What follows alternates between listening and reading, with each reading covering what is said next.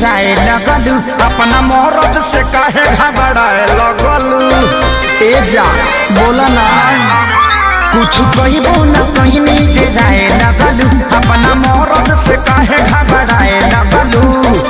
देलू दिया बुताई काहे पगलू अनहरिया।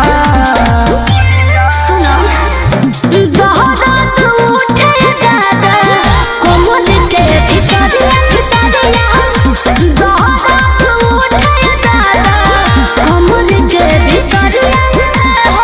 दवाई लिया निका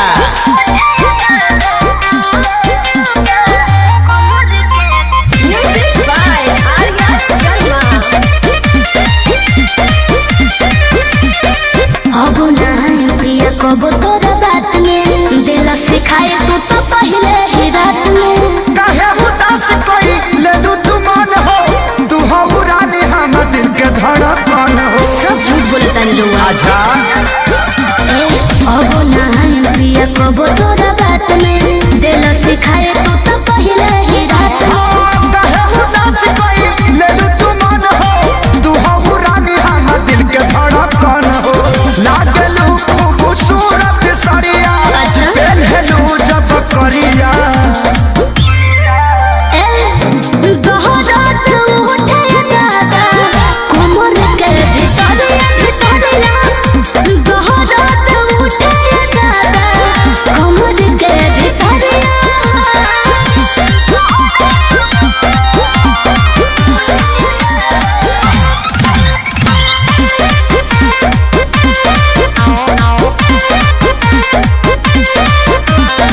कोमल बदन हमारो नियन गाल हो कैले प्रकाश बारो तो वैसन हाल हो। सोनू संजय के कहला में आके कोई हम गलती रानी तो के ना जमा के। एहसास हो गई कोमल बदन हमारो नियन गाल हो कैले प्रकाश बारो तो वैसन हाल हो। सोनू संजय के कहला में आके कोई हम गलती रानी तो के ना जमा के। देखी माँ जा दूरे से ले ले आ रहा है सदिया। सुना बोला बहुत उठे दादा कोमल के भितरिया बहुत उठे दादा कोमल के भितरिया। चोर धैले बकारे।